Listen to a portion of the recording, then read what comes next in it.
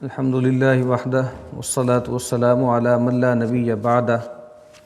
رب اشرح لی صدری ویسر لی امری واحلل عقدۃ من لسانی یفقہوا قولی اللہم انفعنا بما علمتنا وعلمنا ما ینفعنا وزدنا علما آمین یا رب العالمین۔ مطالعہ حدیث میں ہم حدیث جبرائیل کا مطالعہ کر رہے تھے کہ جس میں نبی اکرم صلی اللہ علیہ وسلم کے پاس ایک صاحب آئے اور آپ سے کچھ سوالات کیے۔ پہلا سوال کیا اسلام کی بابت کہ اسلام کیا ہے، دوسرا سوال ایمان کی بابت کیا، اور تیسرا سوال احسان کے بارے میں کیا۔ اور احسان کے بارے میں رسول اللہ صلی اللہ علیہ وسلم نے فرمایا کہ احسان یہ ہے کہ تم اللہ کی بندگی کرو گویا کہ تم اس کو دیکھ رہے ہو، بس تم اس کو نہیں دیکھ سکتے تو بے شک وہ تمہیں دیکھ رہا ہے۔ اسی حدیث کی بنیاد پہ ہمارے اکابرین نے، ہمارے بڑوں نے یہ بات ذکر کی ہے کہ یہ جو تین بیان کیے گئے ہیں، اسلام، ایمان اور احسان، اس طرح میں نے عرض کیا تھا نا کہ ہمارے ہاں جو ایک بندہ مومن ہے، کچھ چیزیں اس کو ماننی ہیں، کچھ چیزیں اس کو کرنی ہیں، اور کچھ چیزیں اس کو طبیعت کے اندر اتارنی ہے، اپنے مزاج کا حصہ بنانا ہے۔ تو اسی وجہ سے انہوں نے کہا ہے کہ ہمارے ہاں جو علم دین ہے اس کے مختلف شعبے جو ہے وہ ہوئے ہیں، اسپیشلائزیشنز ہوئی ہیں۔ وہ شعبہ کہ جو ایمانیات سے بحث کرتا تھا، جس کے لیے ہمارے ہاں ٹیکنیکل لفظ جو ہے وہ عقیدہ ہے، اس کا بیڑا اٹھایا کچھ لوگوں نے، اور وہ لوگ جو ہے وہ متکلمین کہلاتے ہیں، علماء کلام کہلاتے ہیں۔ پھر وہ لوگ کہ جنہوں نے عمل کے حوالے سے جو چیزیں تھیں، اس کی فروعات تھیں، نماز، روزہ، حج، زکوٰۃ اور جو باقی چیزیں ہیں، اس کو جو کوڈیفائی کیا جن لوگوں نے، وہ گویا علماء فقہ کہلاتے ہیں یا فقہا کہلاتے ہیں۔ اور پھر کچھ لوگ وہ ہیں کہ جنہوں نے یہ جو احسان کا علم ہے، جس کو ہمارے ہاں کچھ لوگوں نے کہا کہ یہ تصوف کا علم ہے، یہ علم باطن ہے۔ ایک علم ظاہر ہے جس کو فقہ الظاہر کہتے ہیں، جو عبادات کے ظاہر کی ایک فقہ ہے، اور ایک عبادات یا بندگی کے باطن کی فقہ ہے، جس کو انہوں نے کہا کہ یہ تصوف ہے۔ ڈاکٹر صاحب علیہ رحمہ کا بھی ایک رسالہ ہے اس موضوع پر، اس میں بھی انہوں نے اس کو جو احسان ہے اس کو تصوف کے ساتھ ریلیٹ کیا ہے۔ اور حافظ ابن رجب حنبلی علیہ رحمہ جو بہت بڑے شارح ہیں احادیث کے اور بہت بڑے عالم ہیں، محدث ہیں 8ویں صدی ہجری کے، انہوں نے بھی جب شرح کی اس حدیث کی تو انہوں نے یہی کہا کہ اصل میں اللہ کی بندگی کے حوالے سے دو مراتب ہیں۔ ایک مرتبہ تو یہ ہے کہ اس بات کا احساس کہ میں اللہ تعالیٰ کی نگاہوں میں ہوں، اس احساس کے ساتھ جب انسان عمل کرے گا تو اس کو یہ کہتے ہیں کہ یہ مقام اخلاص ہے۔ لیکن ایک مرتبہ اس سے آگے بھی ہے، اور وہ اس کو کہتے ہیں مقام مشاہدہ ہے، کہ گویا انسان اپنے اندر یہ تاثر پیدا کرے کہ گویا وہ اللہ تعالیٰ کو دیکھ رہا ہے۔ چونکہ قرآن مجید میں جو بہت مشہور آیت ہے کہ للذین احسنوا الحسنی وزیادہ، کہ وہ لوگ کہ جو خوب کاری کرتے ہیں، وہی احسان کا لفظ، خوب کاری کا رویہ اختیار کرتے ہیں، ان کے لیے انجام بھی بہت خوبصورت ہے، بہت عمدہ ہے۔ وزیادہ، اور کچھ مزید بھی ہے جو ابھی ان کے سان گمان میں بھی نہیں ہے، اور وہ کیا ہے؟ وہ اللہ تعالیٰ کے روح انور کی زیارت ہے، اللہ تعالیٰ کو دیکھنا ہے۔ گویا وہ چیز جو بالکل آخری شکل میں قیامت میں ظاہر ہوگی، گویا کہا کہ اس کی تیاری یہاں پر کرو۔ اور اسی وجہ سے آپ کو معلوم ہے کہ احسان کا لفظ حسن سے ہے۔ تو ہمارے ہاں جو ایک برانچ ہے فلسفی کی جس کو کہا جاتا ہے کہ جو جمالیات ہے، جس کو ایستھیٹکس کہا جاتا ہے، تو جمالیات اس کی بھی ایک تعریف یہ ہے کہ جمالیات کسے کہتے ہیں؟ یہ سائنس آف پریزنس کو کہتے ہیں، حضوری کے علم کو کہتے ہیں۔ مجھے اقبال نے کہا نا کہ علم حق اول حواس آخر حضور، کہ علم حق جو ہے اس کا آغاز تو حواس سے ہوتا ہے، اللہ کی نشانیوں کو دیکھنے سے ہوتا ہے، اور اس کا اختتام جو ہوتا ہے وہ حضوری میں ہوتا ہے، وہ پریزنس میں ہوتا ہے۔ اور کہا کہ آخر او مین گنجت در شعور، اور یہ جو آخری مرتبہ ہے، یہ جو حضوری کا مرتبہ ہے، یہ جو احسان کا مرتبہ ہے، یہ عقلی شعور کی گرفت میں نہیں آ سکتا، یہ اس سے ماورا چیز۔ تو یہ احسان ہے جس کے بارے میں آپ نے کہا۔ پھر اس کے بعد آپ سے سوال کیا گیا کہ اے اللہ کے نبی یہ بتائیے الساعہ کے بارے میں کچھ ارشاد فرمائیے۔ تو آپ نے کہا کہ جو الساعہ ہے یعنی دنیا کا خاتمہ، اس کے بارے میں جو مسئول ہے وہ سائل سے زیادہ نہیں جانتا۔ جو سوال کرنے والا ہے اور جس سے سوال کیا جا رہا ہے، دونوں اس کے بارے میں علم نہیں رکھتے۔ کچھ لوگوں نے ہمارے ہاں اس کی یہ تعویل بھی کی ہے کہ یہ وہ علم ہے کہ اے جبریل گویا تم بھی جانتے ہو اور میں بھی جانتا ہوں کہ اس کا اظہار منع کر دیا گیا ہے، اس کا اظہار روک دیا گیا ہے۔ یعنی اگر اللہ کے نبی صلی اللہ علیہ وسلم کو اللہ تعالیٰ نے اس کا علم دیا بھی ہے اور سیدنا جبریل علیہ السلام کو اس کے بارے میں مطلع کیا بھی ہے، تب بھی گویا یہ وہ چیز ہے، یہ مفاتیح الغیب میں سے ہے کہ جس کا اعلان اور اظہار گویا کرنا جو ہے وہ مناسب نہیں ہے، اور اللہ تعالیٰ نے اس کو روکا ہوا ہے۔ پھر اگلا سوال کیا ان صاحب نے کہ جب آپ نے کہا نا کہ بھئی الساعہ کب ہوگی، دنیا خاتمہ کب ہوگا، یہ تو کوئی بھی نہیں جانتا یا کوئی بھی اس کا اظہار نہیں کر سکتا، تو پھر انہوں نے سوال کیا فَأَخْبِرْنِي عَنْ أَمَارَاتِهَا، تو اے نبی پھر آپ ایسا کیجئے اس کی کچھ امارات، اس کی کچھ علامات، اس کی کچھ اشرات جس کو ہم کہتے ہیں وہ بیان کیجئے، سائنس بیان کر دیجئے کچھ۔ قال، آپ صلی اللہ علیہ وسلم نے فرمایا ان تلد الامۃ ربتہا، ایک علامت تو اس کی یہ ہے کہ لونڈی اپنی مالکہ کو جنے گی، اور دوسری آپ نے فرمایا کہ وَأَن تَرَى الْحُفَاةَ الْعُرَاةَ الْعَالَةَ رِعَاءَ الشَّاةِ يَتَطَاوَلُونَ فِي الْبُنْيَانِ، اور تم دیکھو گے کہ وہ لوگ کہ جو حفات ہیں، ننگے پیر ہیں، جن کے پاؤں میں جوتی نہیں ہے، عورات ہیں جن کے پاس تن ڈھانپنے کا لباس نہیں ہے، العالہ جو فقر میں پڑے ہوئے ہیں، جو محتاج ہیں، فقیر ہیں، رعاء الشاہ جو بکریاں چرانے والے لوگ ہیں، یعنی ایک لوگوں کا نقشہ کھینچا جو پھٹے حالوں میں ہیں، پاؤں میں جوتی نہیں ہے، تن ڈھانپنے کو کپڑا نہیں ہے، اور بالکل جو ہے وہ فقیر ہیں، تنگ دست ہیں، بھیڑ بکریاں چراتے ہیں، تم ان لوگوں کو دیکھو گے یتطاولون فی البنیان کہ وہ عمارتوں کی بلندی میں ایک دوسرے سے آگے نکلیں گے، عمارتوں کی طوالت میں ایک دوسرے سے گویا مقابلہ کریں گے، کمپیٹ کریں گے۔ تو یہ بہت اہم ہیں دونوں چیزیں، اور صحیح مسلم کی جو روایت ہے اس میں اللہ کے نبی صلی اللہ علیہ وسلم نے 3 چیزیں بیان کی، یعنی جو دوسری چیز ہے اس کو 2 حصوں میں تقسیم فرمایا۔ پہلا تو یہی ہے کہ اللہ کے نبی صلی اللہ علیہ وسلم سے پوچھا گیا کہ بھئی الساعہ کب ہوگی، تو آپ نے کہا کہ میں نہیں جانتا، تم بھی نہیں جانتے، اور پھر آپ نے کہا کہ سأحدثک عن اشراطہا، ہاں میں تمہیں اس کی کچھ اشرات بتا دیتا ہوں، کچھ علامات بتا دیتا ہوں۔ پہلی تو آپ نے یہ فرمائی کہ اذا رأیت المرأة تلد ربہا، کہ جب تم دیکھو کہ عورت اپنی مالکہ کو جنے گی۔ اب یہ جو کہا گیا ہے کہ لونڈی اپنی مالکہ کو جنے گی، ظاہری بات ہے کہ ایک تو اس کا لٹرل مطلب ہے، اور وہ مطلب یہ ہے کہ گویا قیامت سے پہلے یا دنیا کے خاتمے سے پہلے بہت سی جنگیں ہوں گی، اور لونڈیوں اور غلاموں کا ادارہ گویا شاید دوبارہ ریوائیو ہو جائے گا، اور کثرت سے لوگ جو ہے وہ لونڈیاں اختیار کریں گے، اور ظاہر بات ہے جب انسان کسی لونڈی سے تمتع کرتا ہے تو اس سے جو اولاد پیدا ہوتی ہے، وہ اولاد جو ہوتی ہے وہ آقا کی ہوتی ہے، وہ مالک کی ہوتی ہے، تو جو جننے والی ہے وہ گویا لونڈی ہے، اور جس کو جنا جا رہا ہے چاہے وہ بیٹا ہے چاہے بیٹی، گویا اس کا سٹیٹس ماں سے اوپر کا ہے، کیونکہ وہ تو مالک کی بیٹی ہے نا، مالک یا آقا کی بیٹی یا بیٹا ہے۔ تو ایک مطلب تو یہ ہے۔ امام وقی بہت بڑے عالم ہیں ہمارے ابتدائی دور کے، وہ یہ کہتے ہیں کہ اس کا مطلب یہ بھی ہے کہ جو عجم ہیں، بہت سے عجمی جو ہے وہ لونڈیاں ہوں گی، اور وہ عربوں کو پیدا کریں گی، عرب اولاد پیدا کریں گے، ان کے جو میاں ہوں گے وہ عرب ہوں گے، اس کے بعد ظاہری بات ہے کہ جن کو پیدا کیا جا رہا ہے وہ جو عرب ہیں وہ ان کے اوپر حکمران ہوں گے، ان کے اوپر والی وارث ہوں گے۔ ایک مطلب تو اس کا یہ لیا گیا ہے، اور دوسرا مطلب یہ ہے کہ اقدار الٹ جائیں گی، یعنی عام بات تو یہ ہے کہ جو لونڈی ہے وہ مالکہ کی بات سنتی ہے، جو غلام ہے وہ آقا کی بات سنتا ہے، اس کی اطاعت کرتا ہے، لیکن قیامت سے پہلے ٹیبلز ٹرن ہو جائیں گی، اور کیا ہوگا کہ جو نچلے طبقات ہیں وہ اوپر آ جائیں گے۔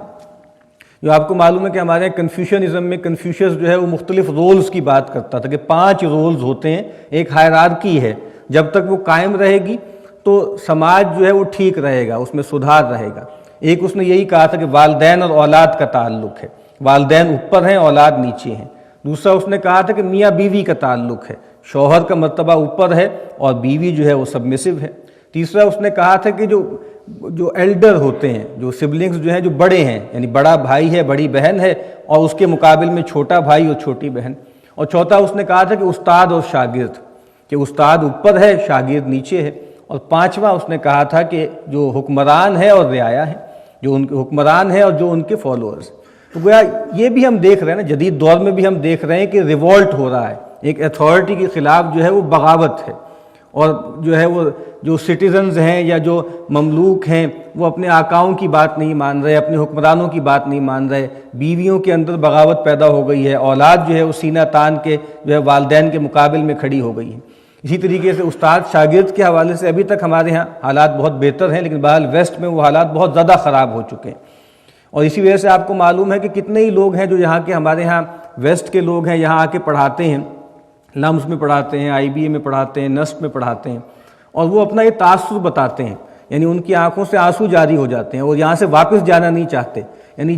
یہاں پر ابھی تک بھی جیسے کچھ بھی ہمارے حالات ہیں، جتنا وہ اکرام دیکھتے ہیں استاد کا، جتنی عزت ان کو یہاں سے ملتی ہے، اس کا وہ تصور بھی اپنے ویسٹ کے معاشرے میں نہیں کر سکتے، اور غیر معمولی عزت کا احساس اور مرتبے کا احساس انہیں ہوتا ہے۔ تو ایک تو یہ ہے کہ اقدار جو ہے وہ ٹاپل ڈاؤن ہو جائیں گی، ویلیوز جو ہیں الٹ جائیں گی، اور اگلی دو باتیں بھی ہیں، اس میں بھی اگر آپ غور کیجئے گا کہ اس میں بھی یہی چیز ہے اصل میں، کہ جو اقدار کا جو نظام ہے، جو ویلیو سسٹم ہے، چونکہ اسلامی سماج جو ہوتا ہے وہ فرق کے مراتب پہ کھڑا ہوا ہے۔ اللہ کے نبی نے فرمایا کہ من لم یرحم صغیرنا ویؤکر کبیرنا فلیس منا، جو ہمارے بڑوں کی توقیر نہیں کرتا، ہمارے چھوٹوں پہ شفقت نہیں کرتا، وہ ہم میں سے نہیں ہے۔ تو ایک مراتب کا نظام ہے نا جس پر یہ پورا سماج کھڑا ہوا ہے۔ تو پہلی بات آپ نے یہ فرمائی کہ ایک سرکشی پیدا ہو جائے گی، ایک بغاوت پیدا ہو جائے گی۔ دوسری بات آپ نے فرمائی کہ وَإِذَا رَأَى الْحُفَاةَ الْعُرَاةَ الصُّمَّ الْبُكْمَ مُلُوكَ الْأَرْضِ، اور جب تم دیکھو گے کہ وہی لوگ کہ جو ننگے پیر ہیں، ننگے بدن ہیں اور بالکل گونگے بہرے ہیں، تم ان کو دیکھو گے کہ وہ زمین کے بادشاہ بن گئے، یعنی وہ لوگ کہ جو بالکل پست طبقات تھے، بالکل گھٹیا طبقات تھے، جو سمجھ فہم شعور میں بھی سب سے کمتر تھے، وہ لوگوں کے اوپر مسلط ہو گئے ہیں، وہ بادشاہ بن گئے۔ اب یہ جو بات کہی گئی ہے اس میں کئی ہے، ایک تو اگر آپ میکرو لیول پر دیکھیں تو بہت سے لوگ یہ کہتے ہیں کہ یہ جو ویسٹ ہے، جدید ویسٹ، یہ بالکل نومیڈک تھا، یہ تو بالکل جانگلی قبائل تھے اور بالکل چرواہے قسم کے لوگ تھے،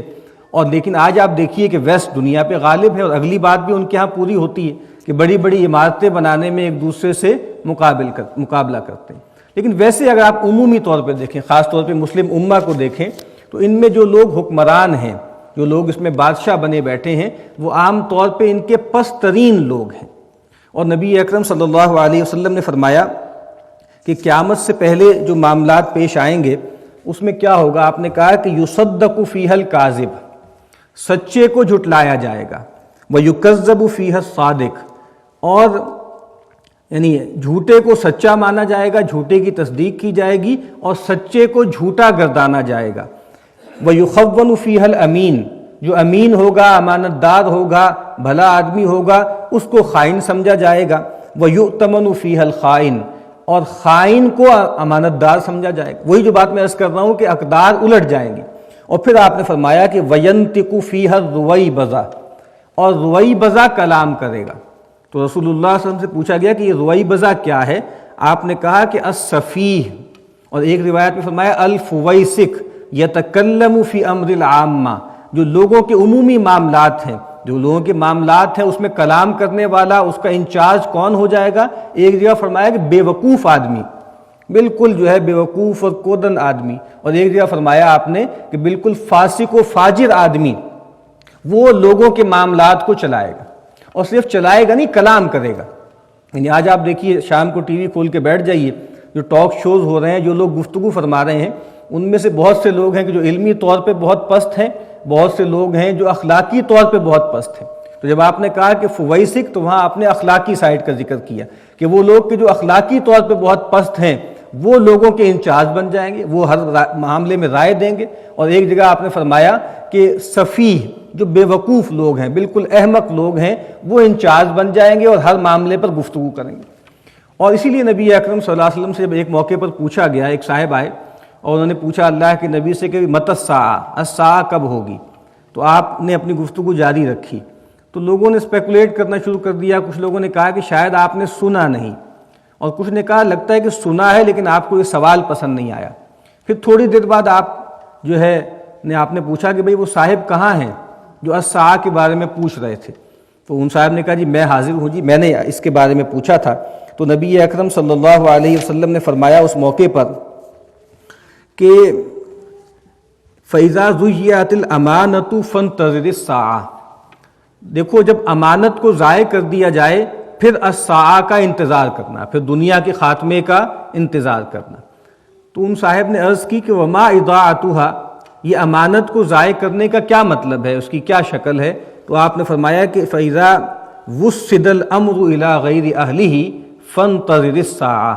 جب تم دیکھو کہ نااہل لوگوں کے ہاتھوں پہ معاملات آ گئے ہیں تو پھر الساعہ کا انتظار کرو۔ اور آپ دیکھ لیجئے نااہلی ہر طرف ہے، یہ نااہلی آپ کی سیاسی پیشوائیت میں بھی ہے، یہ نااہلی آپ کی مذہبی پیشوائیت میں بھی ہے۔ جب آپ نے سیاست کو بھی اور دین کو بھی انتہائی پست طبقات کے حوالے کر دیا، اسی لیے آپ دیکھیں جب بھی اولو الامر کا ذکر آتا ہے قرآن مجید میں جو آتا ہے کہ اطاعت کرو اولو الامر کی، تو وہاں روایتی طور پہ علماء لکھتے ہیں کہ اس سے مراد ایک تو حکمران ہیں جن کے پاس سیاسی وراثت ہے، اور اس سے مراد فقہا بھی ہیں، علماء بھی ہیں جن کے پاس جو ہے وہ دینی وراثت ہے۔ تو آپ دیکھ لیجئے کہ دونوں حوالوں سے جو معاملات ہیں وہ نااہل لوگوں کے ہتھے چڑھ گئے۔ تو یہاں پر بھی نبی اکرم صلی اللہ علیہ وسلم نے فرمایا کہ جب تم دیکھو گے کہ وہ لوگ کہ جو ننگے بدن تھے، ننگے پاؤں تھے، اور وہ بادشاہ بن گئے۔ اس امت کے کانٹیکس میں اگر آپ دیکھیے تو جو عرب تھے آج سے 100 سال پہلے بھی بالکل پھٹے حالوں میں تھے، یعنی خاص طور پہ یہاں سے جو حاجی لوگ جایا کرتے تھے تو وہ ان کو بھیک دیا کرتے تھے۔ حاجیوں کی سیکورٹی سب سے بڑا مسئلہ تھا کہ وہاں پہ وہ لوٹ مار کیا کرتے تھے بدو لوگ، لیکن آپ دیکھیے کہ جیسے ہی وہاں پہ وہ سیال سونا تیل کی شکل میں ظاہر ہو گیا ہے تو آج آپ دیکھ لیجئے ان کے حالات کیا ہو گئے۔ یعنی وہی لوگ ہیں کہ جب عمارتوں کی بلندی میں ایک دوسرے سے مقابلہ کر رہے ہیں۔ آپ دیکھیے کہ مقابلہ پہلے جو ہے وہ دبئی والے نے بنایا، اور اس کے بعد اب شہزادہ طلال فرما رہے ہیں کہ وہ اب سعودی عرب میں بنائیں گے سب سے اونچی عمارت۔ تو یہ بالکل بچشم سر ہم دیکھ رہے ہیں ان علامتوں کو جو نبی اکرم صلی اللہ علیہ وسلم نے ارشاد فرمائی تھی۔ اور تیسری بات آپ نے فرمائی وہی بات کہ وَإِذَا رَأَيْتَ رُعَاءَ الْبُهُمْ يَتَطَاوَلُونَ فِي الْبُنْيَانِ، اور جب تم دیکھو گے کہ بھیڑ بکریاں چرانے والے عمارتوں کی بلندی میں ایک دوسرے سے مقابلہ کر رہے ہیں۔ تو یہ چیزیں ہمارے بالکل سامنے ہیں کہ اقدار الٹ چکی ہیں۔ نبی اکرم صلی اللہ علیہ وسلم نے ایک روایت میں فرمایا کہ جب تم دیکھو گے کہ حتی یسود کل قبیلۃ منافقوہا، قیامت نہیں آئے گی جب تک کہ تم یہ نہ دیکھو کہ ہر قبیلے کا سردار اس کا منافق ترین آدمی ہوگا۔ آج آپ دیکھ لیجئے اس امت مسلمہ کا خاص طور پہ من حیث المجموع حال کیا ہے کہ ہمارا سماج شاید اتنا کرپٹ نہیں ہے، ہمارے عام لوگ شاید اتنے خراب نہیں ہیں جتنے حکمران ہمارے بنیادی طور پہ دین سے غداری کا ارتکاب کرتے ہیں۔ تو یہی بات اللہ کے نبی فرما رہے ہیں، اور ایک روایت میں آپ نے فرمایا کہ دنیا ختم نہیں ہوگی یہاں تک کہ ان ترفع الاشرار وتوضع الاخیار، کہ جو برے لوگ ہیں ان کو اٹھایا جائے گا، ان کو ایلیویٹ کیا جائے گا، ان کو اونچی اونچی پوزیشنوں پہ بٹھایا جائے گا، اور جو اخیار ہیں، جو بھلے لوگ ہیں، اچھے لوگ ہیں، ان کو نیچے گرایا جائے گا، ان کو زمین پہ جو ہے پست کر دیا جائے گا۔ تو جو ہم دیکھ لیجئے کہ ہمارے ہاں ہائرارکی کیا ہے، ہمارے ہاں سیلیبریٹیز کون ہیں، اونچے لوگ کون ہیں، بڑے لوگ کون سمجھے جاتے ہیں؟ وہی لوگ کہ جو علم میں پست ہیں، وہی لوگ جو اخلاق میں پست ہیں۔ تو یہ نبی اکرم صلی اللہ علیہ وسلم نے ایک روایت میں 2 اور دوسری میں 3 علامتیں بیان کی ہیں، اور اس کو بس یہ سمجھنا چاہیے ہمیں کہ ہر دور میں جب لوگ قیامت کی یا الساعہ کی جو نشانیاں ہیں وہ پڑھتے ہیں تو اپنے اپنے دور کے مطابق اس کا بیان کرتے ہیں، اور یہ ایک تاثر ہے ہر آدمی کا۔ 2 صدی ہجری کے آدمی کا تاثر بھی یہی ہوتا ہے، 15ویں صدی ہجری کے آدمی کا تاثر بھی یہی ہوگا کہ لگتا ہے کہ الساعہ بالکل ایٹ ہینڈ ہے، اور لگتا یہ ہے کہ وہ ساری علامتیں پوری ہو گئیں۔ یہ ڈسکلیمر میں اس لیے دے رہا ہوں کہ ہو سکتا ہے کہ ابھی قیامت میں 10,000 سال ہوں، ابھی ہو سکتا ہے 1,00,000 سال ہوں، اور آج جو ہم یہ انٹرپریٹیشن کر رہے ہیں کل کے لوگوں کے لیے یہ مذاق کا خیز ہوں، لیکن بہرحال آج کھڑے ہو کے ہمیں ایسا لگتا ہے کہ اگر قیامت قریب ہے تو بہرحال یہ ان میں سے بہت سی علامتیں ہیں جن کو ہم بچشم سر دیکھ رہے ہیں۔ تو یہ تیسرا سوال کیا ان صاحب نے نبی اکرم صلی اللہ علیہ وسلم سے کہ آپ جو ہے الساعہ کے بارے میں بتائیں، اور پھر چوتھا سوال یہ کیا کہ پھر اس کی کچھ علامتیں بتائیں۔ اس کے بعد یہ ہوا کہ ثم انطلق، اس کے بعد وہ صاحب رخصت ہو گئے، یہ جو ہے وہ 4 سوالات کر کے رخصت ہو گئے۔ فلبثت ملیا، سیدنا عمر بن الخطاب رضی اللہ تعالیٰ عنہ کہتے ہیں کہ پھر بہت دیر گزر گئی، میں نے بہت عرصہ گزارا۔ کچھ روایتوں میں یہ ہے کہ میں کئی دن بعد آیا، 3 دن بعد میں جب آیا تو نبی اکرم صلی اللہ علیہ وسلم نے مجھ سے پوچھا یا عمر اتدری من السائل، اے عمر جانتے ہو کہ یہ سائل کون تھا، یہ سوال کرنے والا کون تھا؟ قلت اللہ ورسولہ عالم، عرض کی کہ اللہ اس کے رسول صلی اللہ علیہ وسلم ہی خوب جانتے ہیں۔ قال فإنہ جبریل اتاکم یعلمکم امر دینکم، کہ یہ جبریل تھے جو آئے تھے تاکہ تمہیں تمہارے دین کے معاملے کی تعلیم دے سکے۔ اور جس سے میں نے عرض کیا کہ یہ واقعہ رسول اللہ صلی اللہ علیہ وسلم کی وفات سے کچھ دن پہلے ہوا ہے، تو گویا دوبارہ سے ایک ریویو ہو گیا اور دین کے بنیادی تعلیمات سوال جواب کے ذریعے واضح کر دی گئیں۔ دعا ہے کہ اللہ تعالیٰ ہمیں نبی اکرم صلی اللہ علیہ وسلم کے فرامین کو سمجھنے، اس پر عمل کرنے کی توفیق عطا فرمائے۔